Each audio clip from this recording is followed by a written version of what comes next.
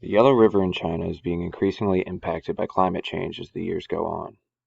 The Yellow River is one of the main sources of water in China, supplying 107 million people, and 13% of the country's agricultural water supply comes from it. The Yellow River also contributes roughly 35% of the total runoff in China, which is very important to downstream water sources. The projected forecast of climate change is showing positive trends in precipitation and temperature, with the entire region showing an increase of 0.35 degrees Celsius over the next 10 years. This will affect the surrounding populations in many ways. The design of hydrological structures will have to be changed. The response to floods and droughts will have to be reassessed. Planning for new housing and development will have to be restructured for the Yellow River's projected changes.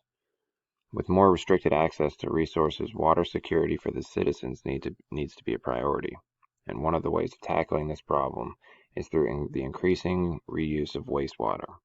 Currently, industrial water reuse is only just over half at around 55%. Reducing erosion by revegetating would help reduce flooding, as well as provide the opportunity to allocate water in the optimal social, economic, and environmental outcomes.